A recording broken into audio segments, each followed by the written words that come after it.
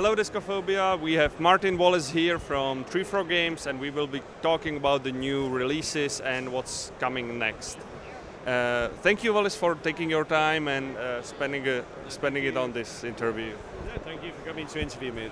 Okay, so let's talk about the 3 games you are demoing and that are released here at Spiel Essen 2016, and let's introduce them a little bit to our viewers, please.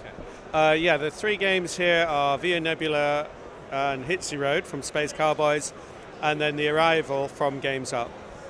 Via Nebula is a light, simple family game about building cities in this kind of wasted landscape. Effectively, it's a boiled down version of Brass, where you're having to build mines to put cubes on the board and then build track to get the cubes to where you want them. But other people can take cubes from your mine, and the track is communal track. So it's a game of feeding off other people's actions. And if you compare it to Brass, like is it a less complex of a game, or is it about the same but just using similar mechanics? Oh, it's much simpler. Otherwise, Space Cowboys would never have released it. It's far. Takes a minute to explain. Takes about half an hour to play. Okay. Yeah.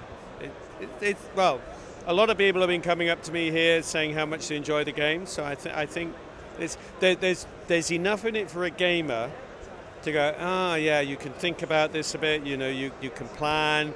It's not just blind luck. It's not a dumb game. So it's easy enough for a family, a non-gamer to get in, but there's enough bite there for a gamer. Okay. So as a gamer of Brass, I could bring it to my friends who deemed Brass to maybe for gamers game. Yes. Okay. So what about the other ones? Hitzy Road is a zombie game. My first zombie game, probably my last zombie game. Who knows?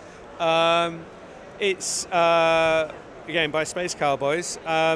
It's a game about where you're kind of choosing the path you go along. So there's kind of adventure cards that are put on display, and then you bid to determine the order that you choose them. So what you're trying to do is choose the best path, but that depends on winning the bid. The cards will give you stuff and also force you to fight zombies. It's a light, fun, a merry, trashy kind of push your luck, stuff happens kind of games. It's not. It's a game you play for laughs. Okay. So it's a competitive game, right? It's not competitive. Yeah, I'm not a massive fan of cooperative games, so I always feel competition introduces an extra level of tension into a game if other players are trying to mess with you or. Okay. Yeah. So the last one is The Arrival, right? Yeah, The Arrival from a new company, Games Up. It's only a limited production of 1,000 units, and it's an updated version of Mordred, one of my earlier games. So it's set in a mythical island. Island, not as an island, but the real, island, where each of the players are trying to recolonize the island, but there are the Fomori, these bad guys up north who are going to try and who will come down and start beating you up. So players can't directly attack each other, but because the players also, to a degree, control the Fomori, they can use those forces to attack other players. Okay, so like indirect attack in a way. Yeah.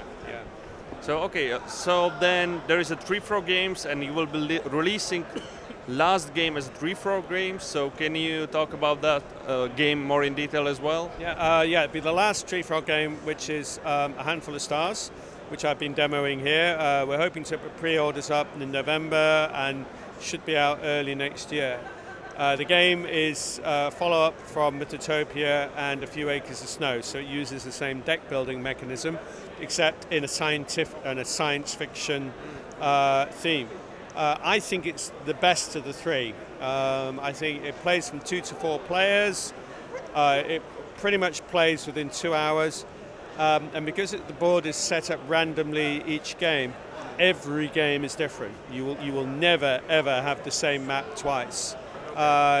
You've got different races in it, so you've got different factions with different strengths and weaknesses, so that there's a lot of variability in the game. And once you get, the rule book isn't small, but the game itself, once you get into it, is pretty straightforward, as with the other games. You know, there are a certain number of actions you can do, and to do them, you've got to just play the cards to do the action. So when can we expect the game to be released? As I say, it'll be up for pre-order. Because it's going to be a limited production, it's not going to be going into shops or distribution. So if anybody wants it, we would urge them to go to the Tree Frog site and order it from there. As I say, we'll be putting information up in November. There'll be adverts up on Board Game Geek. So I say, yeah, it'll be two, and then hopefully the game will be ready to ship maybe January, February time, depending on delays over Christmas. And more from your personal life. So currently you live in New Zealand and you're trying to move to Australia, right? Yeah. Unfortunately, we weren't able to get residency in New Zealand, so now we're seeing if we can get into Australia.